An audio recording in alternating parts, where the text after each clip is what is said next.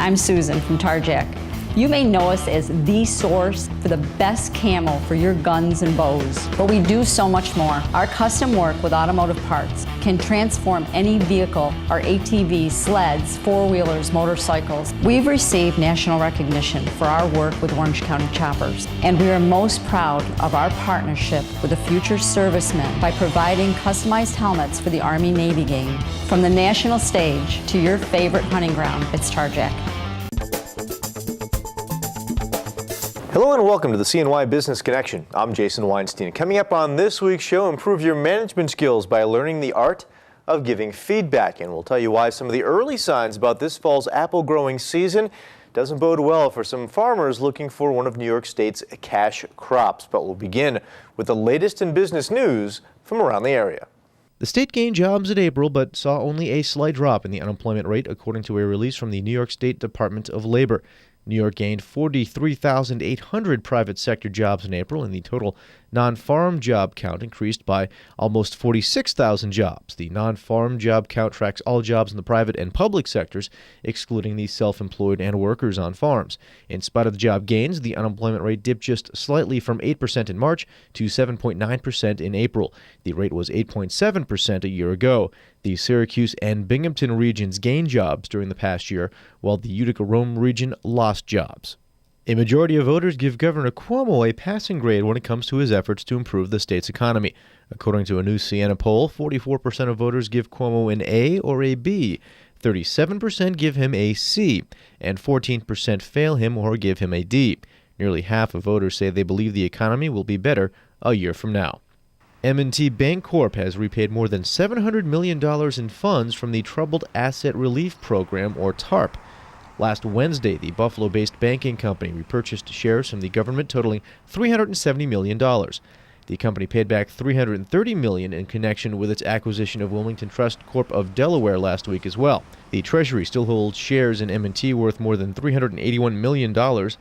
According to the FDIC, M&T is the number 2 bank in the Syracuse area deposit market with 30 branches, $2.2 billion in deposits, and a deposit market share of more than 20%.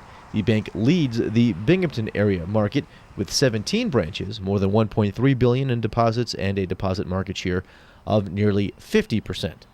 More than $1 million in fines for Chesapeake Energy following several mishaps involving gas drilling in Pennsylvania. Pennsylvania's Department of Environmental Protection is slapping the company with a total of $1,088,000 in penalties for contaminating private water supplies in Bradford County last year, and for the tank fire in western Pennsylvania in February, which injured 3 workers. Water wells in Dimmock were contaminated with methane gas, which the DEP blamed on leaks from hydrofracking operations. It goes into the pipe into the ground. The pressure cranks fishes at 1,000 feet down. The cracks release the gas that powers your town. That well's fracked, yeah, totally fracked. For a few years now, hydrofracking has been the subject of intense debate. Now it's the subject of a new song. The song's writer, David Holmes, is a student in New York University's digital journalism program. This semester, we've collaborated with ProPublica, an online news organization, to build better ways of explaining complicated topics.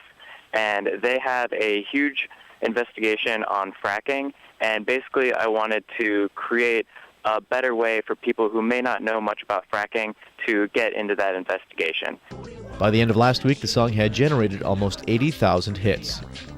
More than 50 properties throughout Broome County were up for auction. This was part of the Real Property Tax Foreclosure Auction, and Director of Real Property for Broome County, Kevin Keogh, says this is an important way for the city to recoup its losses. Well, number one, we want to make sure that we're collecting as much of the tax base as possible, and the final step, of course, if we can't get it in any other ways, to foreclose on the property and then have a tax sale like this. This basically reimburses for the county for the taxes that are due on these properties. Keogh says that for people who are willing to do a little work, this auction is a great opportunity to buy property.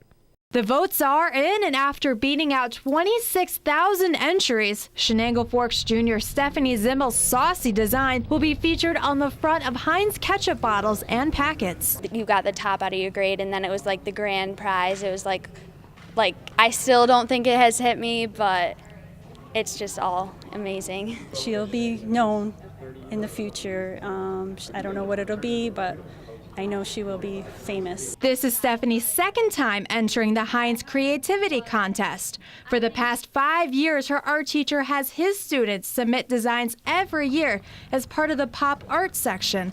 But this time, Heinz couldn't bottle up Stephanie's imagination. We were really excited when Stephanie became one of the finalists.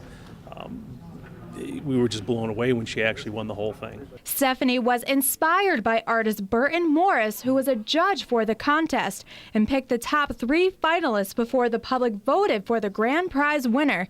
He feels her creativity and energy is what made America gravitate to her design. In my opinion, it was very intelligent how the Heinz ketchup word is coming out of the bottle, spelling the word Heinz in ketchup.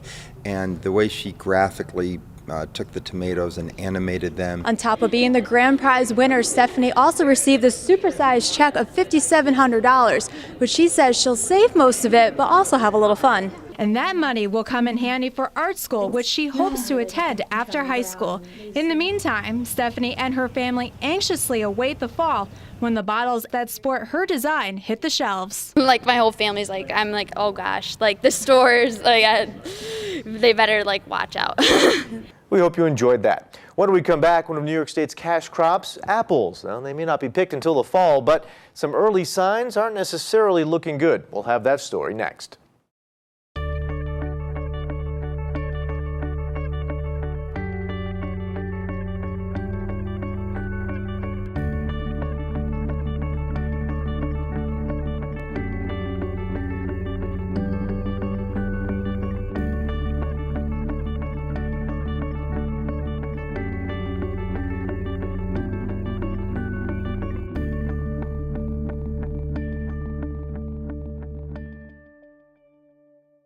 I'm Norm Poltenson.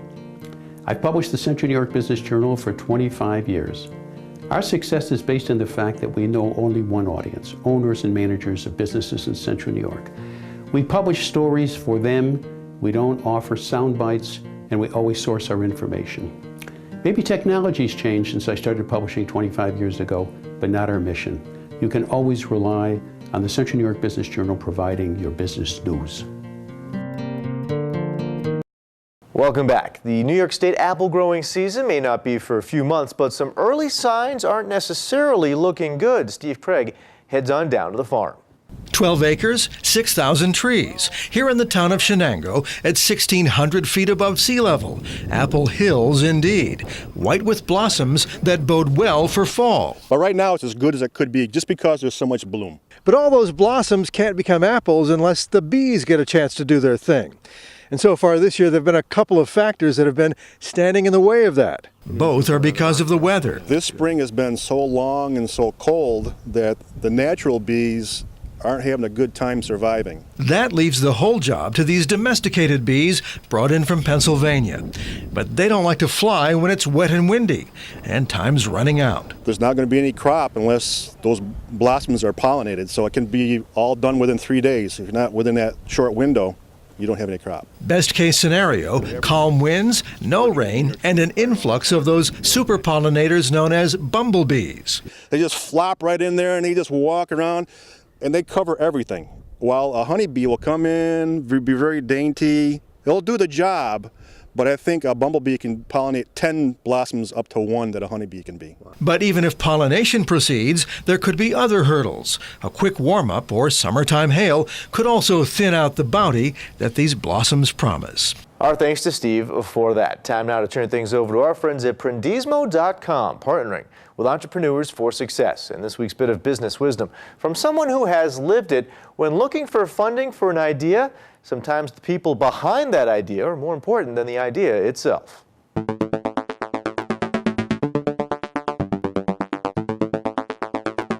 In terms of evaluating the pipeline, I can't emphasize enough how much the people that are presenting the idea matter.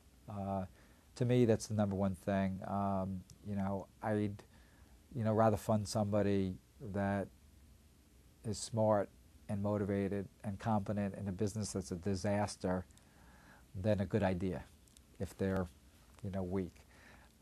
Because really, you're really betting on people, and I think that's the whole notion Obviously, a great person with a lousy plan, you're not going to do either. But I think that was just an example that, you know, to put emphasis on how important, you know, the person is that you're trying to back. You know, an accomplished person can deal with the ebbs and flows of a business and morph, you know, a business because they have different skill sets and a certain level of desire and intelligence. And so I'd say the number one thing we try to look at is first, who are these people, where they come from, and so forth. Time for a break, but when we come back, master the art of giving feedback. Bob Stezzi has some tips next.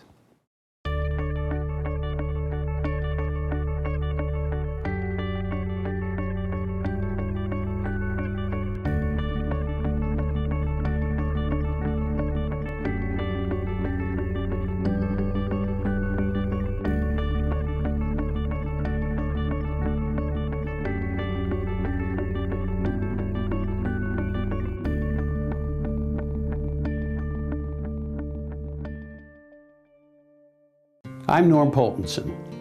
I've published the Central New York Business Journal for 25 years. Our success is based on the fact that we know only one audience, owners and managers of businesses in Central New York. We publish stories for them, we don't offer sound bites, and we always source our information. Maybe technology's changed since I started publishing 25 years ago, but not our mission. You can always rely on the Central New York Business Journal providing your business news. Welcome back. We'll finish things off by helping you hone your management skills, the art of giving feedback. Here are some tips from Bob Stezzi.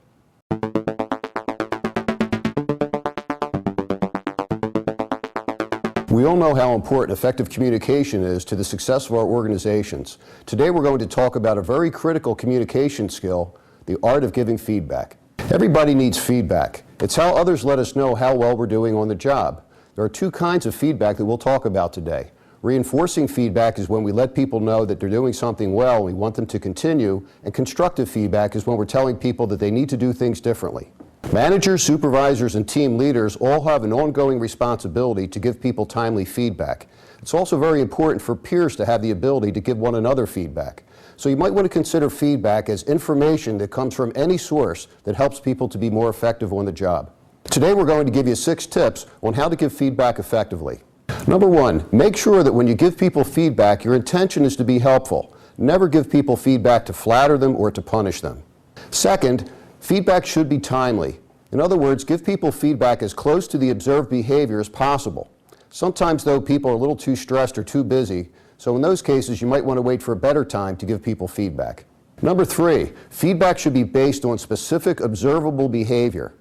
It's all well and good to let people know they're doing a good job or that they need to improve in a particular area in non-specific terms, but when you let people know exactly what it is that they're doing, that they need to improve or continue, it's a lot more helpful. So make sure that your feedback is specific.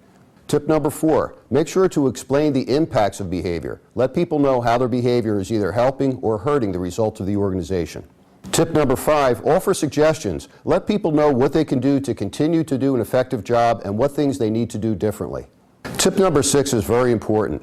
Let's make sure we don't get carried away with too much constructive feedback. People often say that they can do 100 things right in a day, but the one thing they hear about is the thing that they did wrong. That gets kind of old and makes people feel defensive and can be very discouraging over the long haul. So let's make sure that we don't just give people constructive feedback, but we give them lots of reinforcing feedback and other forms of encouragement. If you'd like to have an in-house workshop on how to improve feedback in your organization, go to stezzitraining.com. Thank you.